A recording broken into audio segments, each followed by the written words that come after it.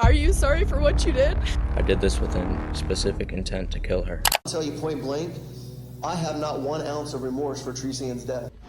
Saying to pull the trigger to kill your son, you know, masturbates to memory of you. What type of animal are you?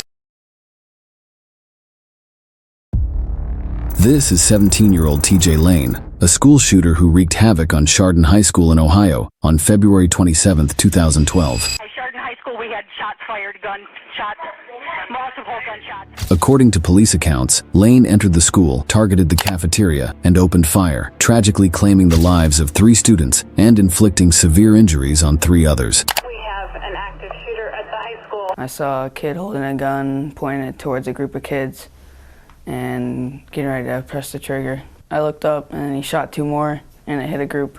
It hit a kid and he fell, and another kid was hiding under the table for cover. It was just so scary. Lane was later arrested and charged with 3 counts of aggravated murder, 2 counts of attempted aggravated murder, and 1 count of felonious assault. Lane's crimes were bad enough, but in court, things got even worse. From the start, it was clear Lane was anything but remorseful. He appeared in court with a white t-shirt with the word killer written across it. According to reports, Lane wore this shirt because it was similar to the one he wore on the day of the shooting. His lack of remorse only worsened from here. Saying to pull the trigger to kill your son, you know, masturbates to memory of you. This callous statement triggered outrage and revulsion, not only among the families of the victims, but throughout the entire country. Now the victims' parents got a chance to speak to Lane. I hate you for the pain you have caused, Nick. You chased him down the hall and fired the last bullet that paralyzed him. Why? Why did you do it? Why? As the victim impact statements were read, Lane would be seen laughing as they explained the damage his actions caused them.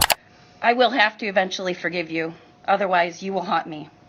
You will never, ever be in my thoughts after this. I hope you have a cold, rough, unkind, harsh prison life with monsters like yourself. I want you to endure years and years of pain. He received 3 life sentences without the possibility of parole. But if you think Lane's story ends here, you're wrong. Fast forward 2 years to 2014. Breaking news, TJ Lane, the Chardon High School shooter, on the loose right now. He escaped this evening from a prison in western Ohio. In 2014, Lane and 2 other inmates escaped from the Allen Correctional Institution in Ohio, where he was serving his sentences. According to reports, Lane and the other inmates built an 11-foot ladder, allowing them to climb over the prison's fence. If you watch closely, you can see Lane and the other inmates making a run for it. One of the inmates got caught only minutes after the escape, but Lane, already a convicted killer, and another inmate were still on the loose, sparking a statewide manhunt. He did scale our perimeter fence.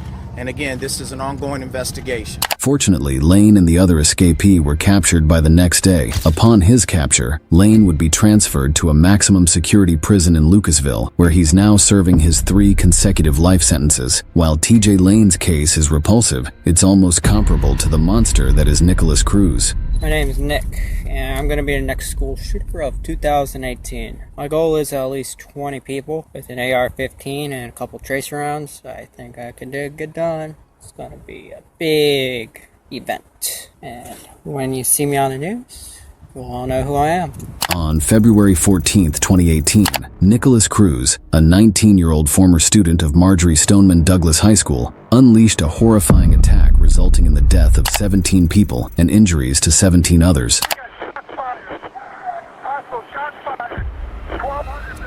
According to reports, Cruz arrived at the school at 2:19 p.m. Just 20 minutes before school was wrapping up then, he started firing.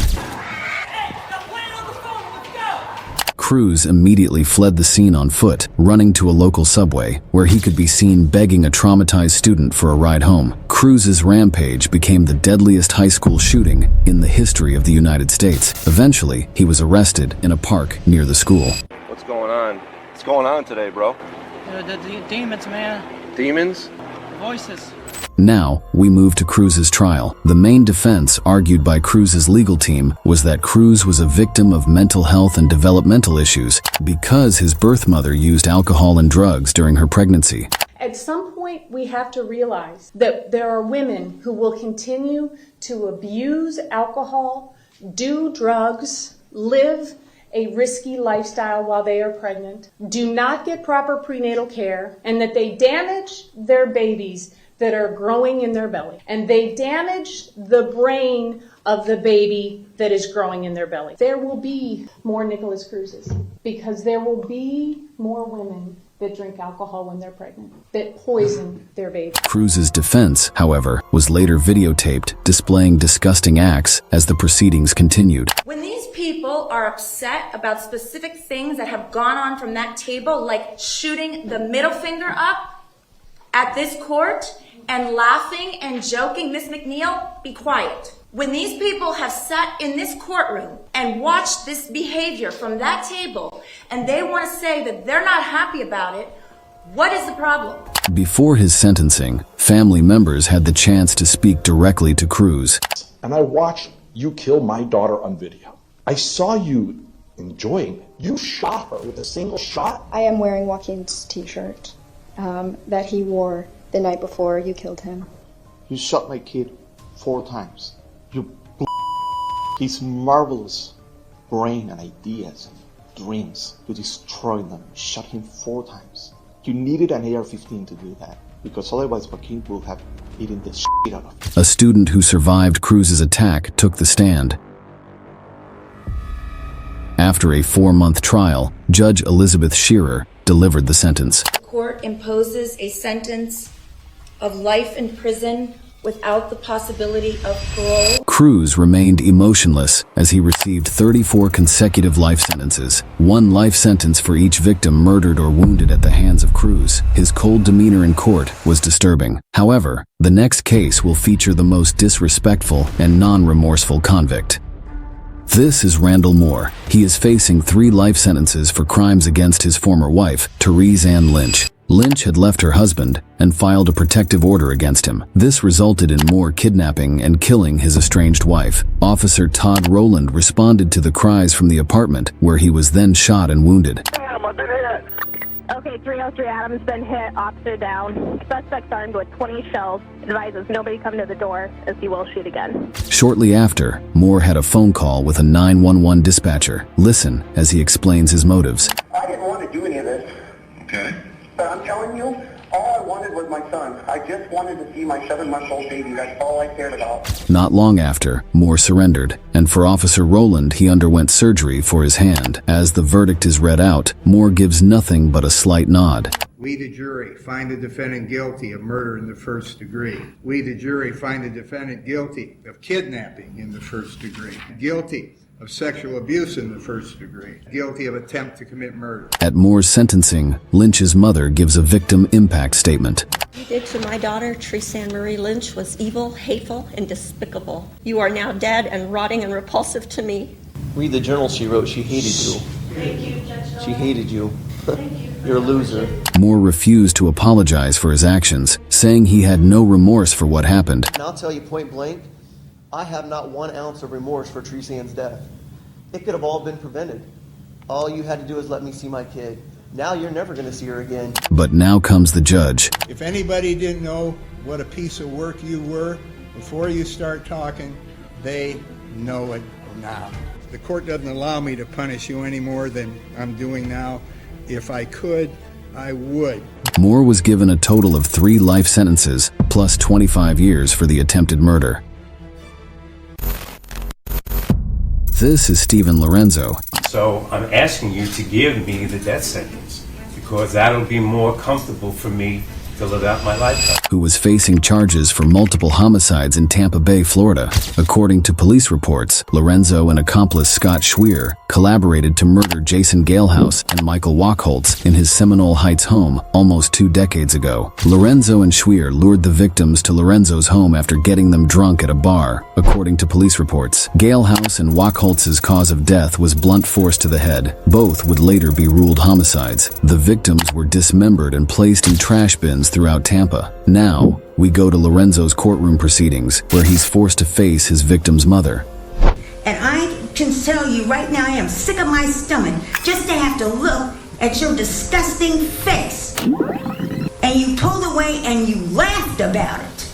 Laughed! What the hell is wrong with you? You are a sick person. And I wish to God somebody would cut you up in pieces, because that's what you deserve.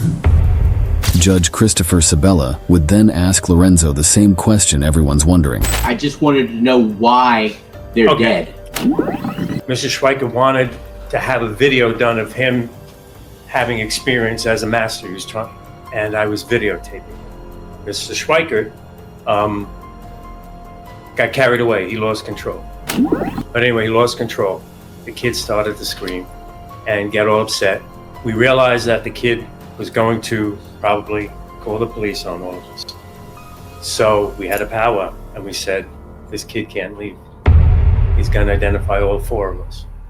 So that was why the decision was made. Lorenzo shows no remorse for his actions, which infuriated the judge. I cannot tell you how much what I hear from you infuriates me. Before the sentence is read, the judge asks if anyone would like to speak. Lorenzo raises his hand. Does anybody need to be heard? So nobody wants to speak? Change of hands, yes, sir. That's not a problem. Ready to proceed to sentencing. Oh, Mr. Lorenzo, yes, you're raising your hand. No one was prepared for what the double murderer would say next. At my age, I want to be comfortable. So I'm asking you to give me the death sentence. I know I can be on death row for about 10 to 15 years, which I think is crazy. The sooner that I get euthanized, as far as I'm concerned, the faster I can get, the sooner I can fetch myself a new body and come back again. Stephen Lorenzo is actively seeking the death penalty, but would Judge Sabella grant the confessed murderer? And I don't know if what you say is perhaps some form of reverse psychology, nor do I care. I will not consider what you want in issuing my sentence. Ti condanno a morte. That translates to, I sentence you, Mr. Lorenzo, to death. Lorenzo thanks the judge. Thank you, Your Honor. I And appreciate it. Mr. Lorenzo, may God have mercy on your soul. My soul is fine, thank you, sir. Stephen Lorenzo took the life of two people he met at a bar. Just to have to look at your disgusting face. I'm asking you to give me the death sentence. Next, we have a woman who tried to take the life of her own life partner. This is Diana Lovejoy. She used to be married to Greg Malvihill living in Carlsbad, California, but soon their marriage fell apart and they divorced. After a messy divorce and lots of legal trouble, it ended with the court ordering Diana to pay $120,000 to Greg for his stake in their family house. The court also ordered that she must share custody of their son. Diana became furious upon hearing the court orders, so she planned to kill her ex-husband by teaming up with her boyfriend, Weldon McDavid. Greg was shot in the torso, but luckily, the bullet didn't hit his heart, and he survived. Both McDavid and Diana conspired to murder, and the court has sufficient evidence against them. It's so painful that some people in this world seem to think that I would have it in me to do this. Interestingly, she fainted in court. She lowered her head down toward the defense table for a few seconds. Verdict. We, the jury, find the defendant, Diana Jean Lovejoy, guilty of the crime of an attempted murder of Greg Mulvihill. And right when you hear guilty, you hear a thud. Guilty of the crime of conspiracy to commit murder. It silenced the courtroom, aside from hearing her family cry in the background.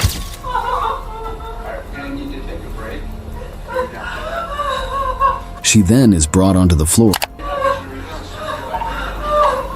And when medics bring her out, she still appears to be passed out, but doctors later found out she had only fainted. Weldon McDavid received 50 years to life in prison because he was the one that pulled the trigger, and Diana was sentenced to 26 years to life in prison. Diana's reaction in her sentence was contrasting. However, next we witness a situation that infuriates and enrages the judge, like in the case of Camia Gamet. The judge grows so tired of her continued interruptions and insolence, he makes a highly unusual threat. Gamet is appearing before Judge John McBain for sentencing after being found guilty of the murder of her disabled boyfriend, Marcel Hill. The 31-year-old Gamet has a violent nature, and there was a history of domestic violence against Hill, who suffered from mental illness and cognitive impairment. In 2012, this abuse culminated in his murder when, in a fit of rage, Gamet stabbed Hill 11 times in their Mississippi home, cutting his torso open with a knife. Gamet refuses to take accountability for the crime, claiming that she was attacked with a lamp in the dark by an unknown assailant and responded in self-defense. She alleges that it was only when she turned the light on after stabbing her attacker that she realized it was her boyfriend Hill.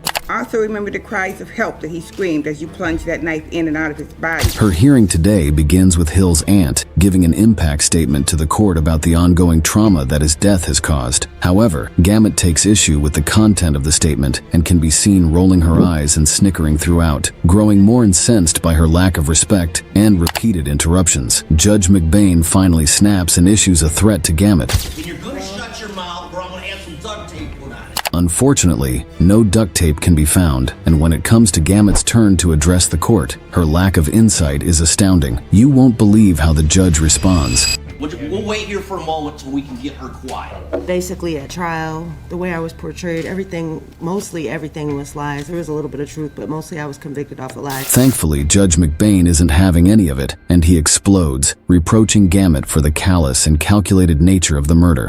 You were relentless. You stabbed, you stabbed, you stabbed, you stabbed, you stabbed until he was dead. I agree with the family. I hope you die in prison as well. You know, if this was a death penalty state, you'd be getting the chair. Gamet is ultimately sentenced to life in prison, and she continues to sneer and roll her eyes as she is led from the court to face her punishment. She later appeals the sentence, claiming that the judge failed to remain impartial. She is denied, and her conviction for first-degree murder stands. Camia Gamet case is a prime example of crazy case. However, 100-mile-per-hour car chase might even be considered to be a little more crazy, like in the infamous case of Ryan Stone.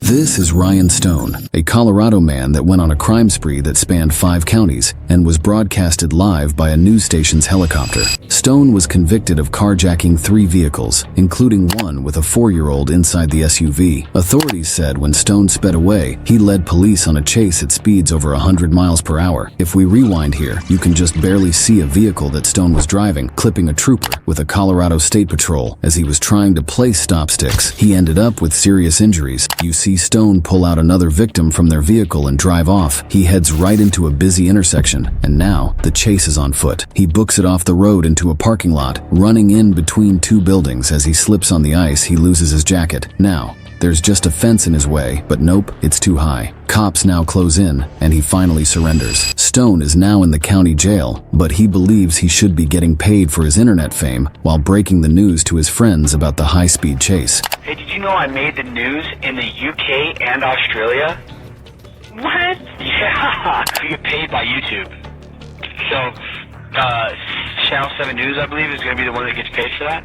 Well, I'm going to contact Channel 7 News. I want to get paid. You guys are getting paid using my name and my video footage. During his opportunity to address the court about the recordings in jail, Stone blames it on emotional stress and the use of drugs. We are going through trial after that. It was a week-and-a-half trial.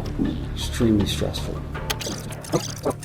One of the phone calls about seeming like I was bragging about making international news, this, that, and the other. That was within the first week of being arrested.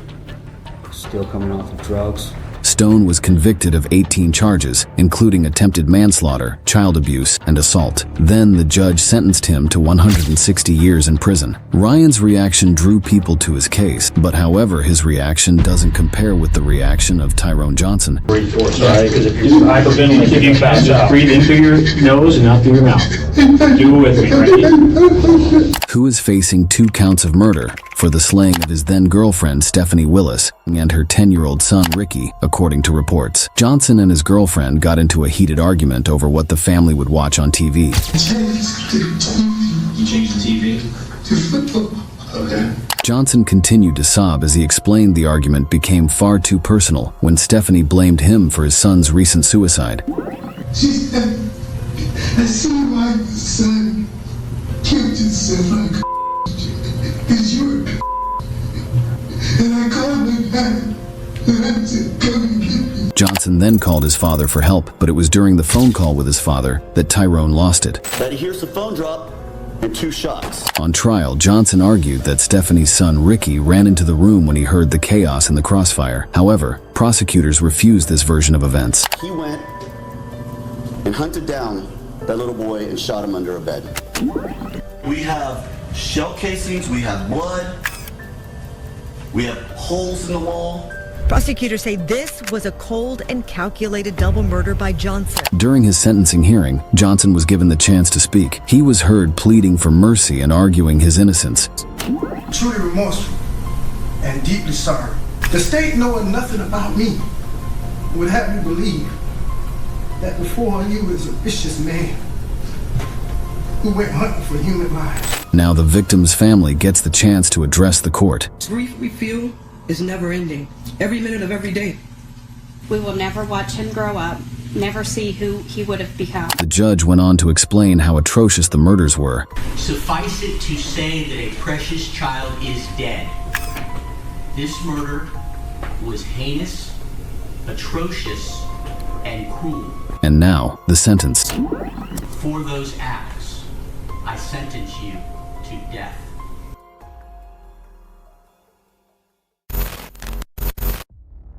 This is Daryl Brooks, who is convicted of killing 6 people and injuring dozens of others after he drove his SUV into a Christmas parade in Waukesha, Wisconsin. Reportedly, during his reckless driving, he reached speeds of over 30 miles per hour, and the prosecution argued that his driving rampage was intentional. He plowed through 68 different people. He kept going until he got to the end, and there was no more bodies to hit. It was intentional. After Brooks was arrested and charged, Brooks decided to represent himself in court. If you are allowed to represent yourself in this case, sir, you will not have attorneys assisting you. They're gone from this case. Do you understand that?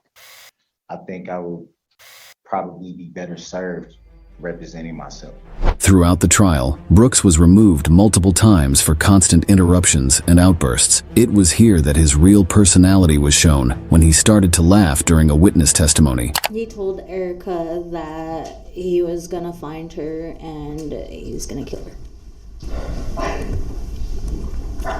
Now, back in the courtroom, Brooks has an outburst as he didn't like how the district attorney pronounced the word defendant. I would like to provide the defendant and the court. So that had to be said. The defendant. I got one ear that work and I heard that. This is to benefit you, so it's you not. understand Ain't none of your this to benefit me. And now Brooks is clearly frustrated. He decides to have a stare down with the judge. I need to take a break. This man right now is having a stare down with me. It's very disrespectful. He pounded his fist. Frankly, it makes me scared. The jury quickly found Brooks guilty of all 76 charges against him, and he was given 6 life sentences plus more than 700 additional years in prison. Some killers may only laugh at the victims. However, there are those who not only laugh, but threaten to kill more people, like Luis Enrique Mcenroe Bracamontes, who is facing charges for multiple homicides in Sacramento, California.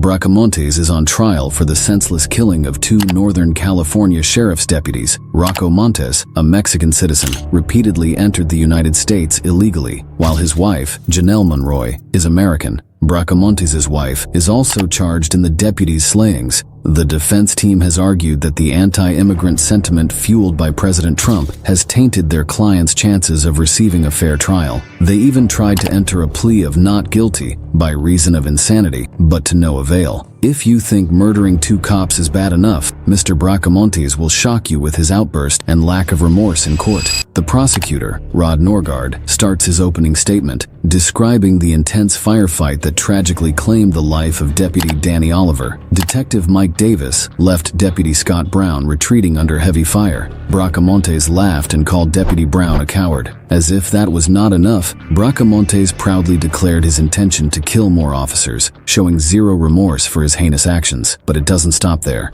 He taunted the jury, claiming he would break out of prison, kill more people, and show complete disdain for the entire trial process. I will break out soon, and I will kill more. The judge, Steve White, had to step in and warn Bracamontes to remain silent. Be silent.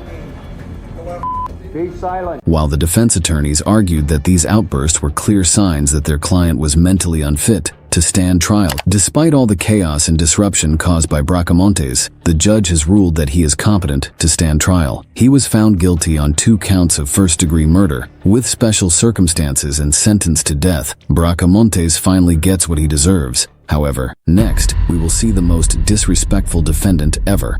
This is Alan McCarty. who was arrested and charged after making death threats to a judge in a child custody case. A judge ruled against McCarty and took away his children. His erratic behavior towards the judge continued into his court appearances. My daddy owns the building and I look like a f***ing idiot, huh? Brought your dress today, you little f***ing prick? You wanna take my kids from me and act like that? You and that Shut the f*** up. I'm trying to think over here. After McCarty was found guilty for the original threats made to a judge, we now move on to the sentencing. What a bunch of guys, you stupid piece of then also. You threatened my life, you in the you Back room. suck my No, I'm not standing. Not resisting. I'm not resisting. I'm just not standing up. I'm not standing. I don't have to stand. McCarty is moved to another room to watch the court through a one-way glass, and he continues making a disturbance.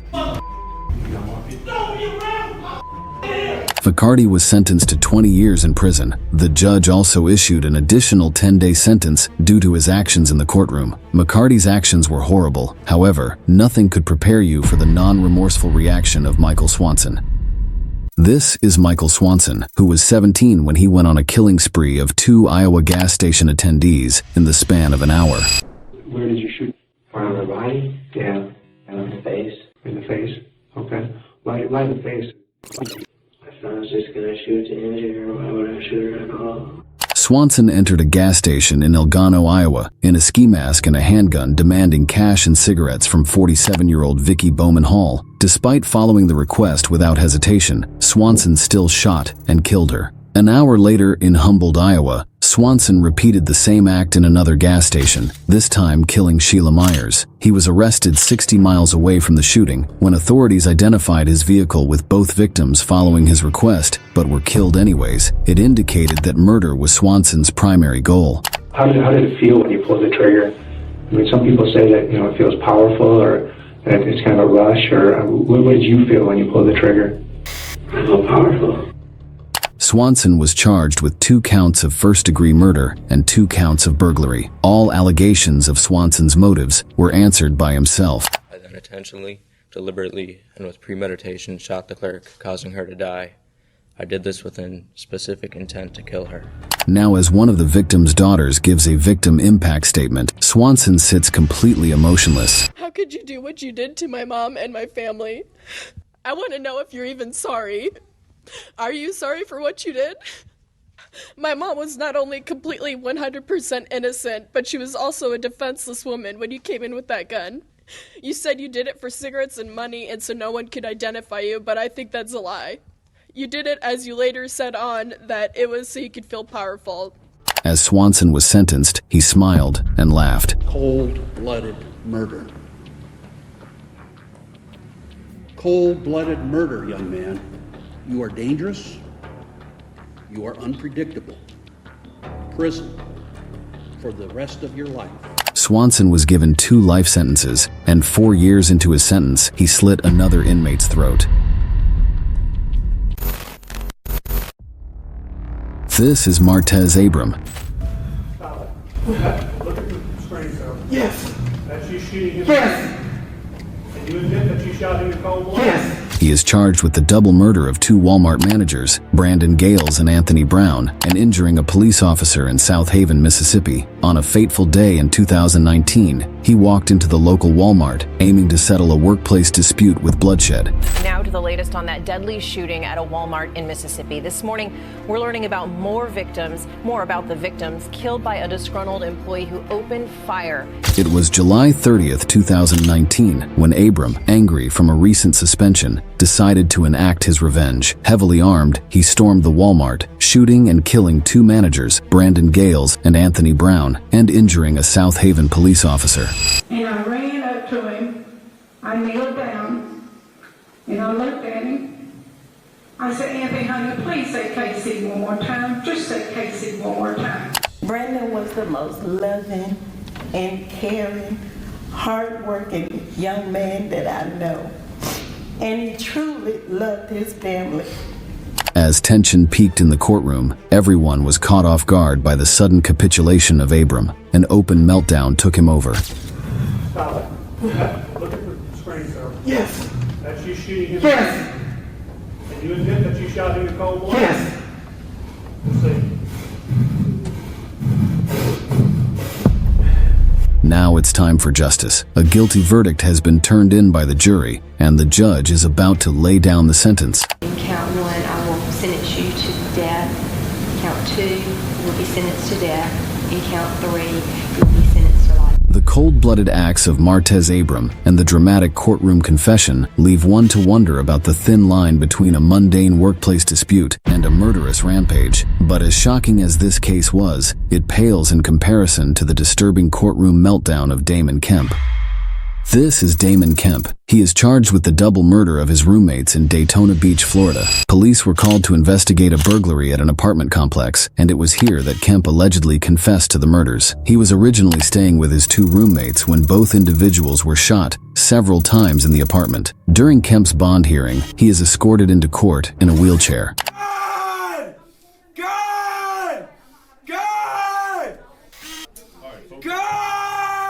The judge tries to get Kemp's attention, but he completely ignores the proceedings. Mr. Kemp? God! Damon Kemp, I'm going to conduct your first appearance. God! For the victim's family, it becomes so tough that they have to walk out. Yet, the heart-wrenching testimonies from the victims' families painted a picture of the irreparable damage and anguish caused by Kemp's actions.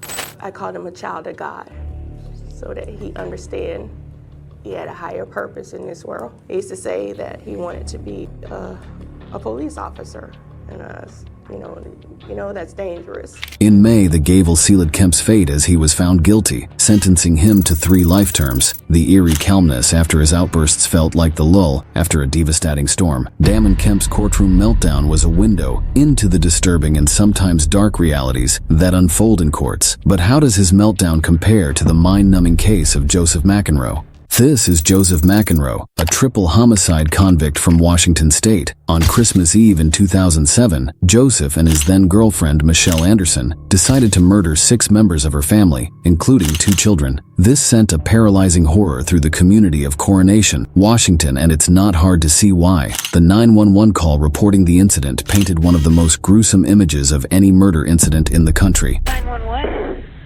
There's been a murder. There's 3 people dead that I can see right now. Inside? I just came up. She works with me. Inside the house? Yes. What do you see? There's a baby and a man and a woman, and she's my best friend. Now, in court, a tense atmosphere enveloped the room. Every eye was on McNroe as he faced a grueling cross-examination. He remained cold and unbothered through most of the trial. So I moved quickly forward into the down the hall and into the no, I'm ready down the hall into the kitchen, and she comes around from the other end of the kitchen. You said you moved forward, but what is forward? Is it from right to left? But again, why? You've got a point here. No bullets have been fired, right? Do you recall what was going through your head as you pulled the trigger and shot the gun at Wayne? Nothing. Just nothing. But the facade crumbled during his sentencing trial. His recount of the gruesome murders triggered an unexpected meltdown, shedding a haunting light on the dark abyss within. We're going to talk about what happened on December 24th, okay? Yes. What were you doing during those 4 weeks? Is it to bait a trap? No, it's because we can't just leave these dead people here, okay? So I moved. So I went and moved Judy first. I put a bag over her head because I couldn't look at her because of the emptiness where she should be. So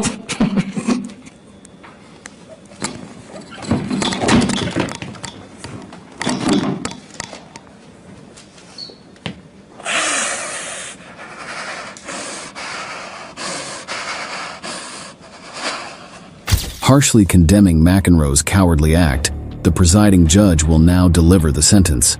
In a matter of moments, you became their judge, jury, and executioner. They were defenseless before you as you wielded your firearm. There was no opportunity for them to save themselves, to obtain a reprieve, or to save each other. They were cowardly ambushed on Christmas Eve a time when they expected nothing but joy and goodwill. Although your life has been spared, Mr. McNabb, this court now sentences you to the harshest sentence otherwise available under the law. Life imprisonment without the possibility of release or parole on count 1 for the murder of Wayne Anderson. Life imprisonment without the possibility of release or parole on count 2 for the murder of Judy Anderson. And life imprisonment without the possibility of release or parole on count 6 for the murder of Nathan Anderson. Despite the life sentence, McNabb, showing no signs of remorse, is appealing the sentence and verdict. Joseph McNabb's courtroom meltdown showcased the emotional tumult of a merciless killer. How does it compare to other shocking courtroom scenes, like in the case of Jacob Morgan? This is Jacob Morgan, who at 17 years old was found guilty of setting a house fire that killed a family member in Rock Hill, South Carolina.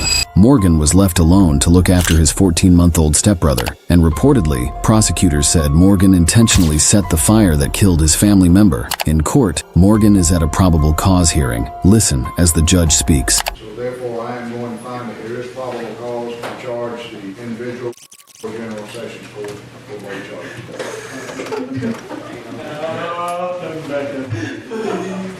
Morgan settled for a plea deal where he pleaded guilty to involuntary manslaughter and unlawful neglect of a child. However, he stated he loved his brother and he always maintained his innocence. I love my brother. I still do to this very day. He's my best friend. To kill him and be killing the pieces of myself. And I just wish I could have gotten to him in time. Morgan was sentenced to 15 years in prison, but after serving only 7 years, he reported he was released. This is Ronnie Oneal. He is a double murder suspect in Riverview, Florida. If you think I'm here to play around with y'all, God damn it, I'm not. Oneal was 29 when he fatally shot his then-girlfriend Kenyatta Barron. Following this, he murdered their own daughter by striking her multiple times with a hatchet. She was only 9 years old. Oneal also stabbed their 8-year-old son before pouring gasoline all over the house and setting it on fire. Oneal was arrested upon fleeing the burning house. The son was able to escape, but was critically wounded and suffered from burns. The first 911 call on the incident was from the girlfriend who was heard screaming before suddenly hanging up. 8 minutes later, another call came in from Oneal. 911, what is your emergency? Hey, I just been attacked by some white demons inside Kiki.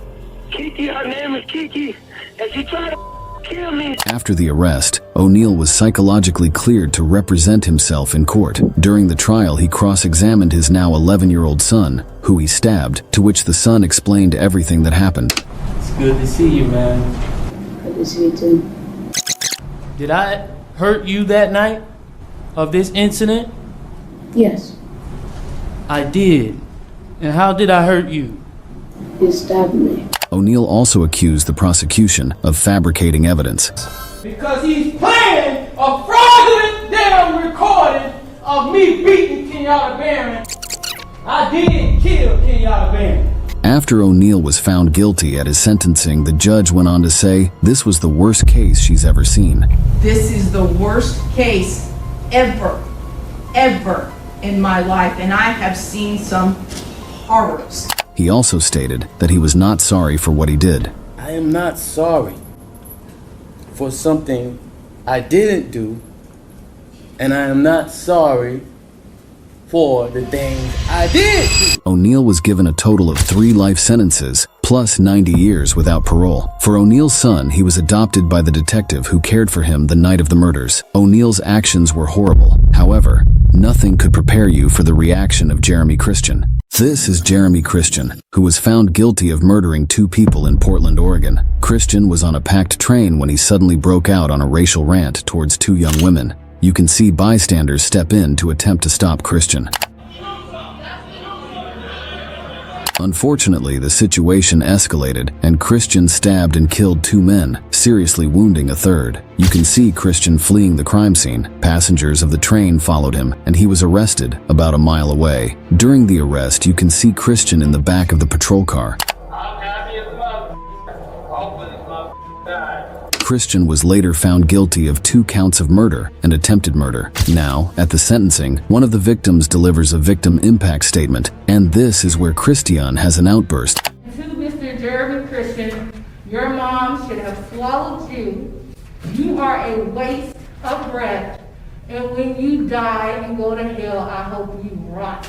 See you there.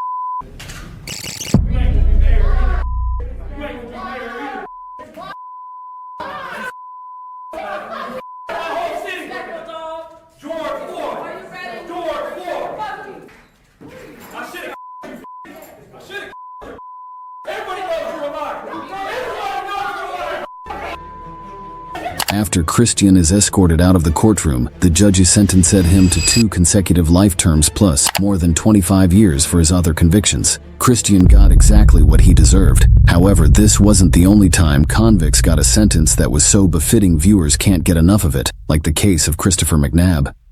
This is Christopher McNabb, who is facing charges for the murder of his 2-week-old child in Covington, Georgia. After the child's mother reported the baby missing to police, local law enforcement immediately launched a search. Later that night, McNabb is seen in front of TV cameras begging for his child back. I want my kid back, man. That's my child, man. I want my kid, man. The next day, the child's body was found in a nearby wooded area. The cause of death was blunt force trauma to the head, which was later ruled a homicide.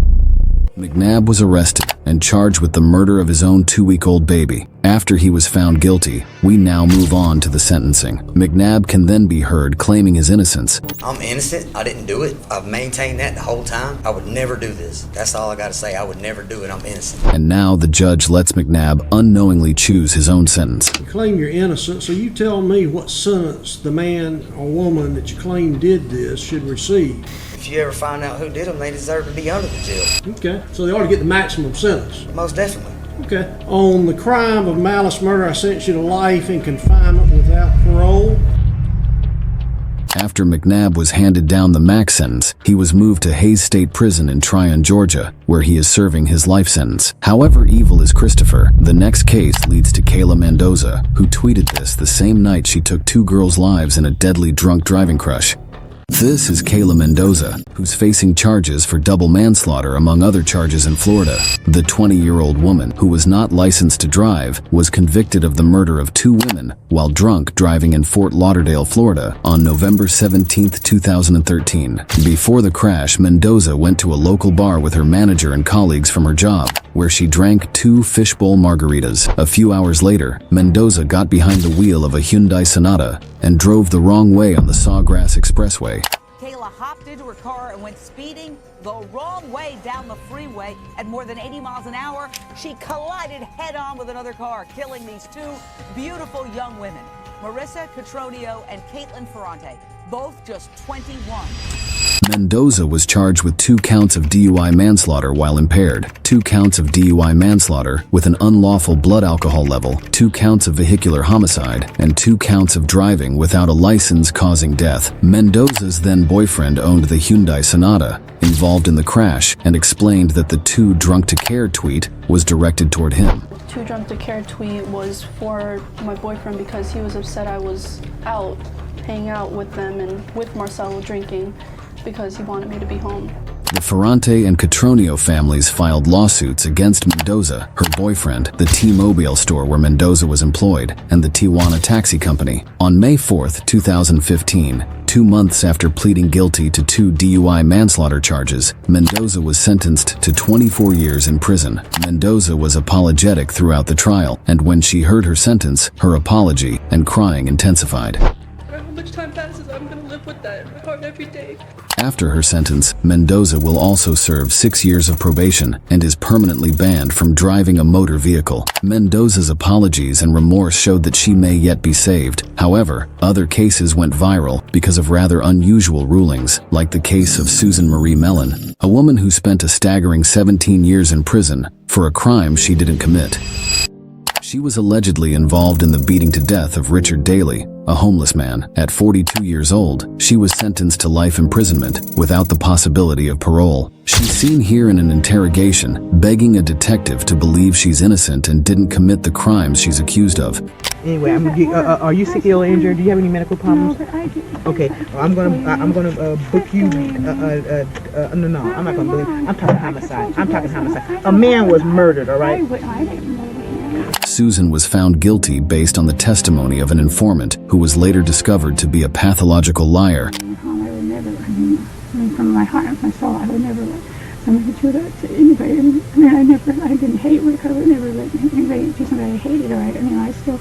I had feelings for the man. He was good to me. He was good to me. He was good to my kids. During Susan's interrogation, she was persistent on the fact that she was innocent and could never be a murderer. However, Detective Wynn from the LAPD didn't believe her. In fact, she was so certain Susan murdered Rick that she arrested Susan for murder before her interrogation was even over. With no one else to listen to her, Susan turned to God and prayed she wasn't actually going to be arrested for a murder she did not commit. Fast forward 17 years, Susan is 59 years old, and now this is the moment that Mellen's case is finally overturned. The petition is granted, the judgment is vacated, the conviction is overturned, and as to Miss Mellen, the case is dismissed. Watch as she is instantly met with tears of joy and an outpouring of emotions as she hugged her grandchild for the first time. She said she had always believed the truth would come to light someday.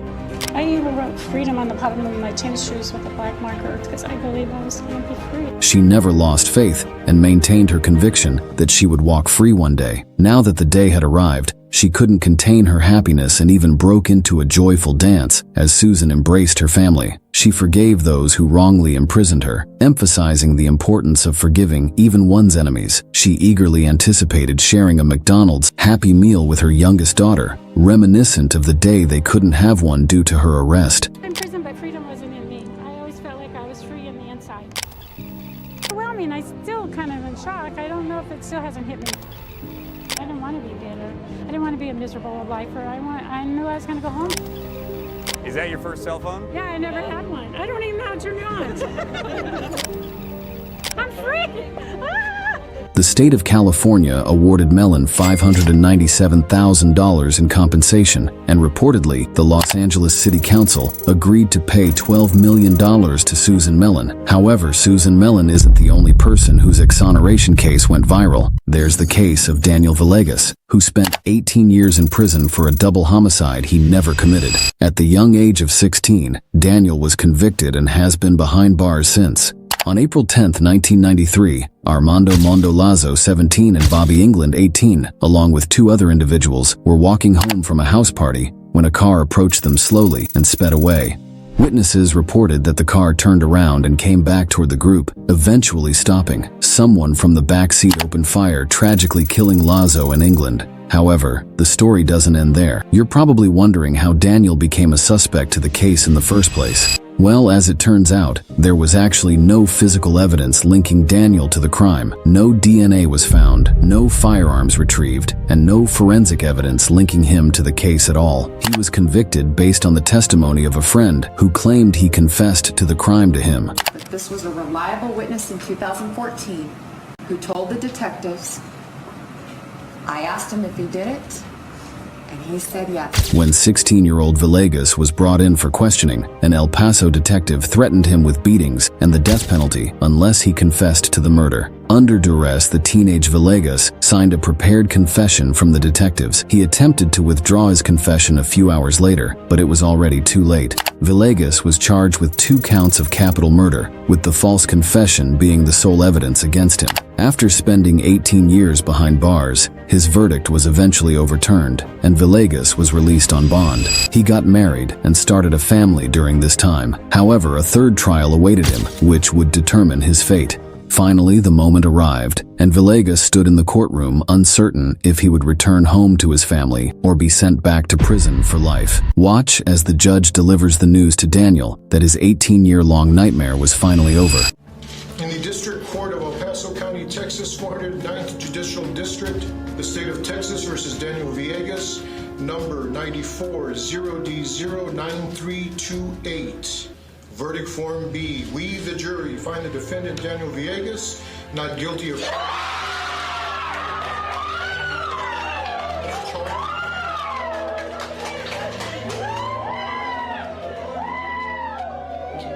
Daniel was incarcerated for a total of 23 years, 6 months, and 11 days. Daniel's case is guaranteed to bring out your emotional side. However, not all courtroom proceedings gain attention because of the feel-good factor. There is the disturbing case of Nikko Jenkins, who is facing charges after he embarked on a killing spree spanning a 10-day period in Omaha, Nebraska. When Jenkins was just 15 years old, he was sent to a youth correctional facility and served a decade-long sentence for carjacking and assault. Shortly after his release from the youth correctional facility, Jenkins went on a rampage on August 13, 2013. Jenkins lured two men, Julian Uribe Pena and Jorge S.I. Carrigo Ruiz, with the guise of having intimate relations with two women, only to abruptly shoot them. Only 4 days later, on August 17th, the body of Curtis Bradford was found. Bradford was a former inmate Nikko had encountered during his time in prison and proceeded to kill him in his own garage. His final victim was Andrea Kruger, a victim whose body was found by the road with multiple gunshot wounds. All of these incidents took place in a 2-week time period. Jenkins was initially arrested on unrelated charges. It was during this time that law enforcement stumbled upon evidence connecting him to one of the murders, including the matching ammunition. The authorities confronted Jenkins with their findings, emphasizing the substantial evidence they had amassed against him. I got Nikko Jenkins. Do you not realize that? I got Nikko Jenkins. I got you. We really got you. I got your DNA at the murder scene. I got your DNA in the car. Sure. I got the weapon. I got Nikko Jenkins. The motive behind these gruesome acts was as shocking as the crimes themselves. Jenkins claimed that the murders were sacrificial acts for the Egyptian god Apophis. Like, okay, my religion of Chthonius Asunbel, that's the underworld. He was like on the mummy, the black book.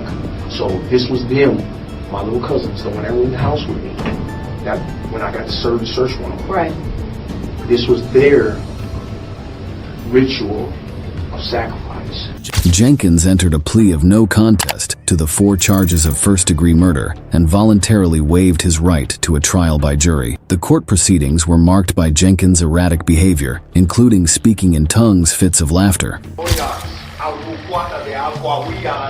Ultimately, a panel of 3 judges would conform to determine his guilt or innocence. One of these murders was a deliberate and planned act. The victims were pre-selected and the murders were purposeful.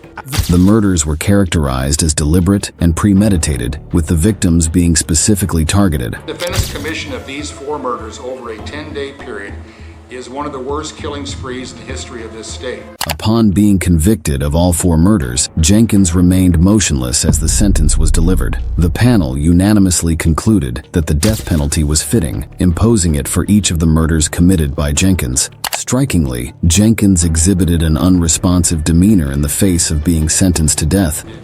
Should be and is hereby given for each of the 4 murders by the defendant.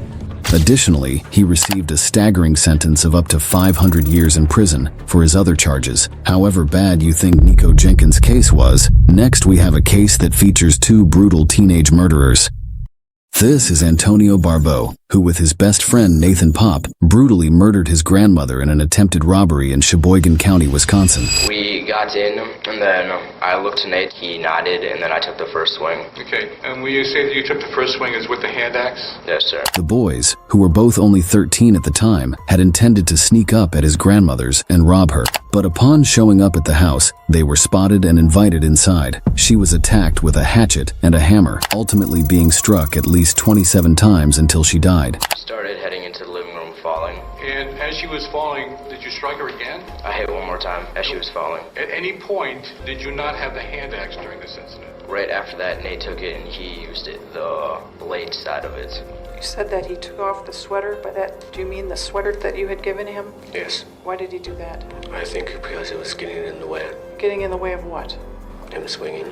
They then stole $155 in cash and some jewelry before stealing the car and ditching it at a local bowling alley, hoping to frame someone else for the crime. A few days later, both boys were arrested. Now, in court, Barbeau takes the stand to testify. We were were gonna try to scare her to get money and then use force if needed. And when you say use force if needed, was there a discussion about what type of force you might use? An attack, I guess to kill. Barbeau pleaded no contest to first-degree intentional homicide as part of a plea deal where he was sentenced to life in prison with eligibility for parole in 36 years. He would then be 50 years old, and in his final statement, his lawyer had to finish his thoughts. I know I don't show my emotions much. I myself am not sure why, but that doesn't mean I don't. I took away someone's mother, grandma, sister, friend, when I had no right to do so. Paape was sentenced to life in prison as well, but with a chance of parole when he's 45 years old. This is Tanner Jacobson, and to his right is Cody Howard. They're in Chehalis, Washington, both dressed in prisoner uniforms and handcuffed as they appear on the 3rd floor of the Lewis County Courthouse. Jacobson is in for charges of reckless driving and driving with a suspended license. Howard is in for charges of 2nd-degree burglary, 1st-degree trafficking in stolen property, 3rd-degree driving with a suspended license, and 2 warrants for failure to appear in court. Right here is Judge R.W. Buzzard. It appears there are no deputies in the room. Then, Howard and Jacobson decide to do the unexpected. First goes Howard, then Jacobson. It appears this bystander almost goes after the escapees, but is held back. Judge Buzzard doesn't hesitate. You can see him ripping off his robe and going after the 2 men. They just made it out of the courtroom, but they're still in their handcuffs and sandals.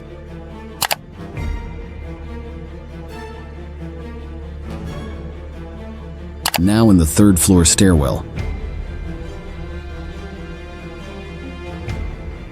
Judge Buzzard is closing in. With only 1 more floor to go, it's going to be a close one.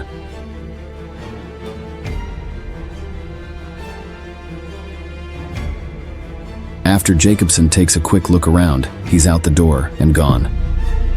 But for Howard, not that easy. Judge Buzzard caught up and captured him. Kind of gave him a little shove as I was coming off the stairs to slow him down, and then just grabbed him and held him. Jacobson was later picked up a couple of blocks away. I only get like 4 blocks, and then I stop. Like, I just stopped on my own. I'm like, what am I doing right now? I said, what am I doing? What did I just do? I gotta go with it now. There's nothing, I can't stop right here. There's nothing I can do now. I'm screwed. We were sitting there on the benches together, and he's like, I'm gonna run. It was just a split-second, decision. I don't even know why I did it. I would be out of here if I wouldn't have ran. They were both charged with 2nd-degree escape. Reportedly, Jacobson was sentenced to 1 year and 1 day, and Howard was sentenced to just over 3 years behind bars. Tanner and Jacobson tried to escape, but Judge Buzzard made it hard for them. However, now we will see the chilliest courtroom escape of all time. This is Grant County Courthouse in Sheridan, Arkansas, perhaps the most laid-back courthouse in America. The man who just walked out is Joey Watts, the defendant. Watts has been charged with aggravated assault and felony possession of a firearm after he allegedly threatened a woman at his home with a shotgun.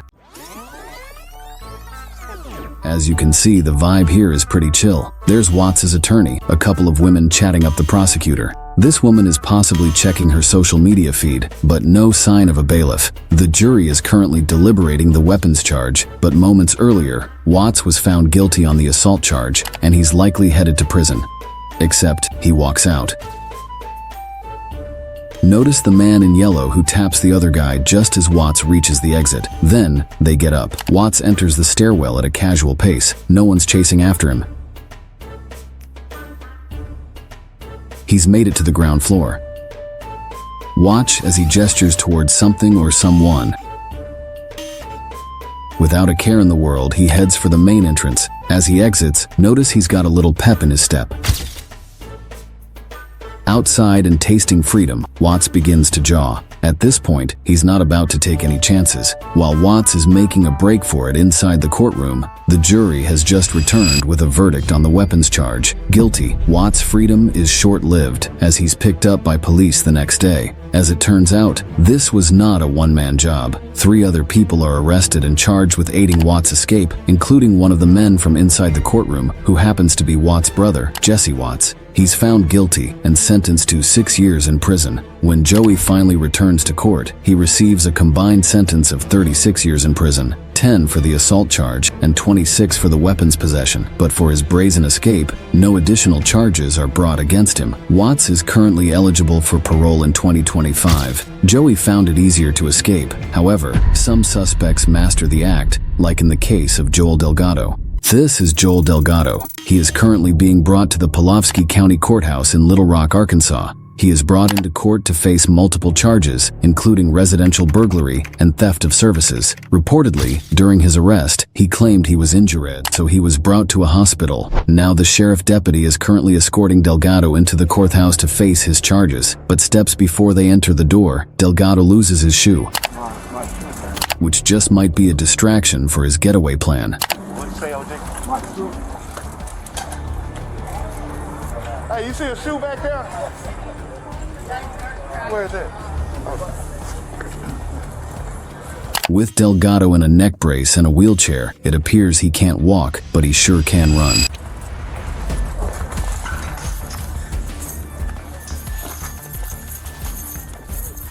Delgado then bolts across a street and down an alley.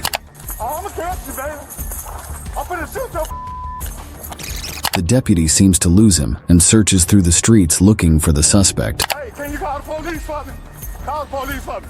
Call the police. What way it go? Went straight through the alley and cut that way. What you your need? phone? My damn radio came. And I tried to get him. Hello? The wheelchair dude got up and ran. Yeah. I couldn't catch his. The wheelchair dude. I couldn't catch him here. After no luck, the deputy makes it back to the front of the courthouse. The wheelchair dude ran. He had a neck brace on and all that. Did you really? Yeah. Didn't need that wheelchair very much, did he? Hell no. However, the suspect's freedom was short-lived, as he was caught a few hours later where he claimed he was injured and couldn't walk again. Now, he faces an additional charge of third-degree escape. Reportedly, Delgado has pleaded not guilty to all charges against him. However bad you think Delgado's case was, it can't be compared to the shocking case of the Russian Leonid Greiser. This is Leonid Greiser, who's facing charges for murder in Moscow. This troubled teenager found himself in a glass cage in Sherbinsky District Court after the gruesome murder of his sister, 21-year-old Ariana Corral. The poor girl was found naked and stabbed multiple times in the hallway of their shared apartment. Greiser had an utterly bizarre explanation for his heinous act. According to him, Satan himself ordered him to commit this gruesome crime. Yeah, you heard that right. He claimed to have drawn demonic symbols on his sister's body and his head using their blood. Witnesses were in shock as Greiser begged to be freed from the clutches of Satan, claiming that the devil had incited him to kill his sister. Тебе решение суда понятно? If that wasn't disturbing enough, his confession to the authorities didn't mention anything about Satan or Lucifer. When asked why he killed his sister, he simply replied, "It was necessary. I did what I had to do." But the unsettling twists don't end there. During his court appearance, Greiser attempted a daring escape. He climbed through a hole in the courtroom ceiling. The police officers watched in awe as he entered the roof space above. However, our escape artist's plans were quickly foiled when 3 armed guards pulled him back. Not holding back on the batons, they even had to resort to tasers to bring him down. In the end, Greiser found himself right back where he started, losing his trousers in the process.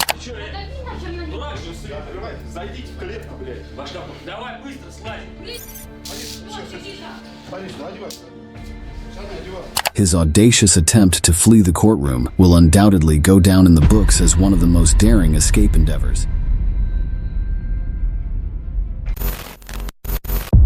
This is Dale Williams. He is now being sentenced after confessing to running his ex-girlfriend off the road, then fatally shooting her. She was a mother, and her 2 sons are in the courtroom. In court, things get much more chaotic when 2 brothers take the law into their own hands. You see the 30-year-old Anthony D. sliding over the table, and 23-year-old Jerome Stewart going around.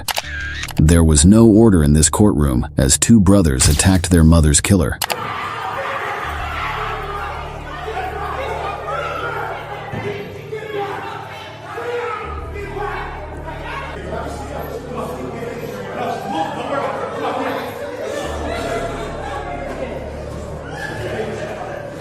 mother, man. That was my mama. She took care of me, bro. After Dale Williams' first sentencing was postponed, he was later sentenced to 23 years to life. For the two sons, the judge sentenced them to serve 30 days in jail for assault, contempt of court, and obstructing an official business. This wasn't the only time families snapped because of how the killer was acting in court, like during the sentencing of 18-year-old Payton Gendron, who's facing multiple charges for murder. Oh my God, he shot so many people in there. On May 14, 2022, Payton, a white supremacist, opened fire in a black-dominated Tops-friendly market store in New York. Sadly, 10 black individuals lost their lives, and 3 others were hurt before he was finally arrested. Now in court, family members of the victims let him know how they feel about him. While I was writing this, tears fell from my eyes. Thinking about what a beautiful person you took. My daughter, Robbie Drury, was a young woman. She was not married. She had no children. You destroy our lives forever. One of the most touching statements was from Barbara Massey. My name is Barbara Massey. I'm Catherine Massey's sister. You killed my sister. I want personally to choke you and leave my fingerprints on your neck because it was unnecessary. You leave 200 miles to come to Buffalo. You don't even know any black people.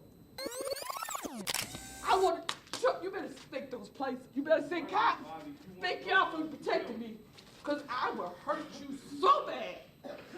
You have made me sick. You got my family crying. I miss my sister every day.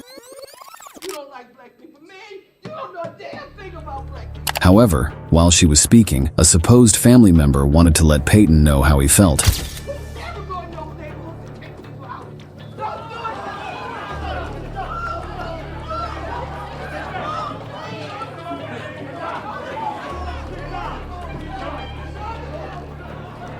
Luckily, the police were able to calm the situation.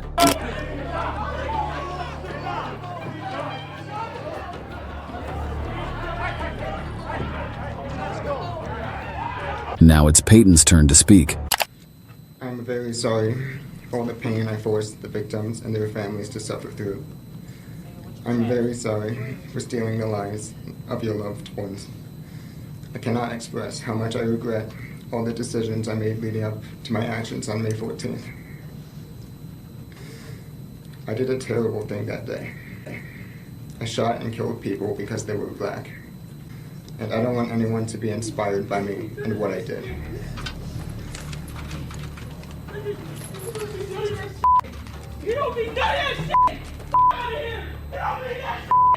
Eventually, the judge reads her sentence.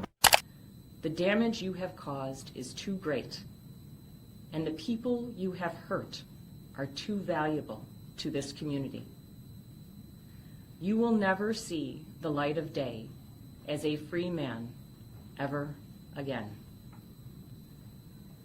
It is the judgment of this court for your conviction under the first count of the indictment, a domestic act of terrorism motivated by hate in the first degree, an A1 felony, that you be sentenced to life imprisonment without parole. Payton was sentenced to life imprisonment without the possibility of parole. But this wouldn't be the last time a family's lunged at the perpetrator in court. Take, for example, the case of Michael Madison. This is Michael Madison. He is now a convicted serial killer from East Cleveland, Ohio, known to have committed at least 3 murders, all of whom were women. During his sentencing hearing, Van Terry took the stand to deliver a victim impact statement to the man who tortured and murdered his 18-year-old daughter. Right now, I guess we're supposed to, in our hearts, forgive this clown. Who's touched our families, taken my child. In this split second, Terry is staring right at Madison, and that's when reportedly, Madison smiled back.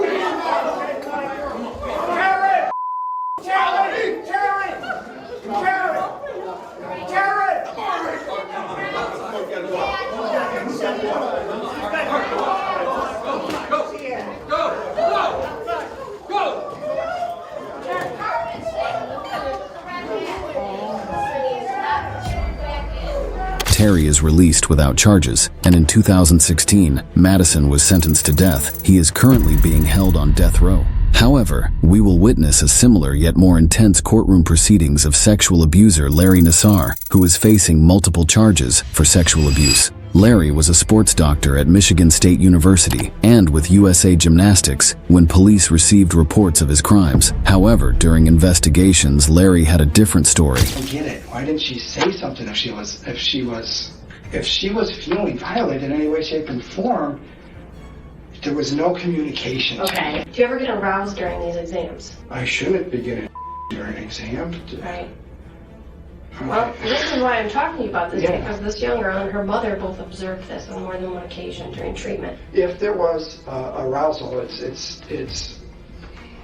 I mean, like it would be because of whatever. I don't know, but I'm not trying to. I don't know. Well, I don't know. When you're a guy, sometimes you get. The truth caught up with him, and he was arrested. Now, in court, his victims take to the stand. I testified to let the world know that you are a repulsive liar. One after the other. I am Jessica Tomashow, also known as Victim A. I was sexually assaulted by Larry Nassar when I was 9 and 12 years old. You broke and shattered a lot of girls. You manipulated us to trust you because you're a doctor, and doctors do no wrong, only heal. You are not a healer. Now it's time for the parents to address Larry.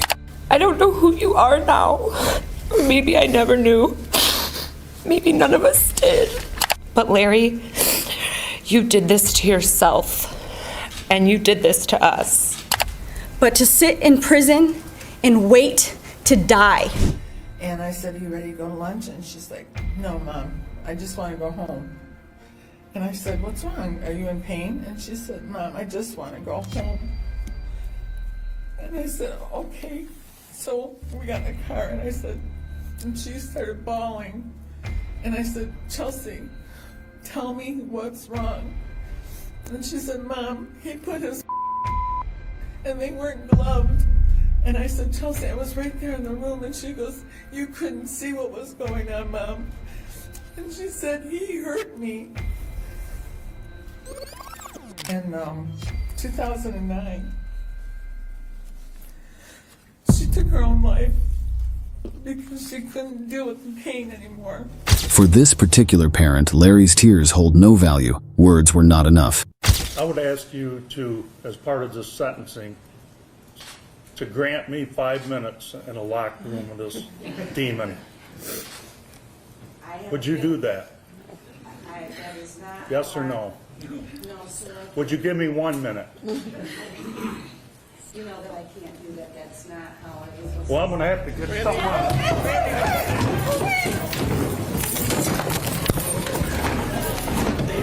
Stay down. Stay down. I understand. Let me have that son of a bitch. I understand, but stay down. I want that. Stop fighting. Fight your back. Put your hands behind your back. I want that son of a bitch. Put your hands behind your back. I know. Give me 1 minute with that bastard. Go ahead. You get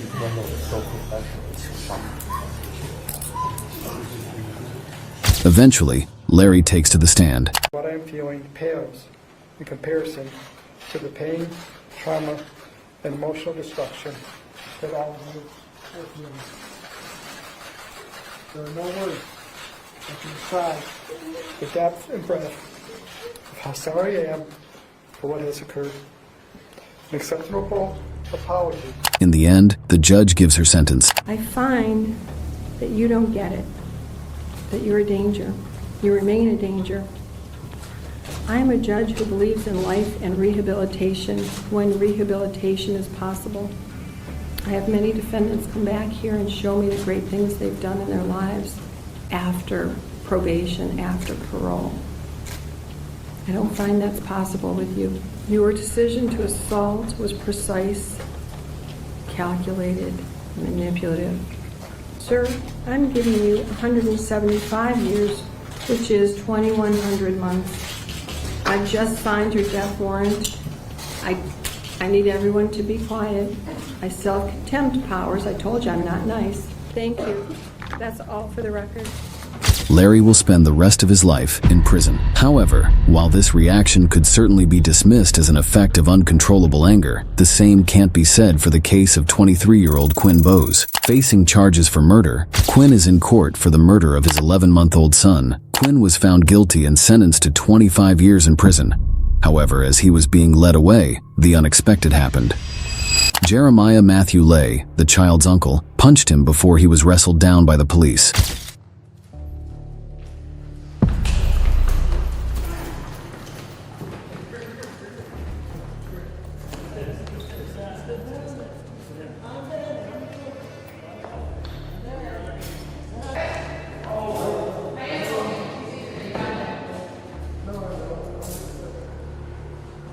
Jeremiah was eventually sentenced to 179 days in jail for his actions. However, while it was clear that Jeremiah wasn't happy with what Kwin did, his reaction to the sentence was similar to the London Thomas.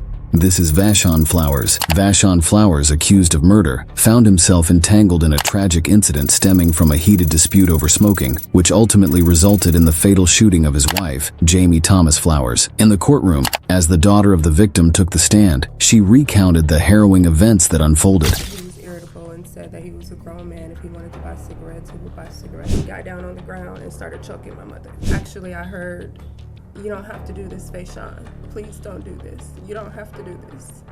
And then I heard gunshots. Throughout the sentencing proceedings, London Thomas, the son of the victim, struggled to contain his emotions.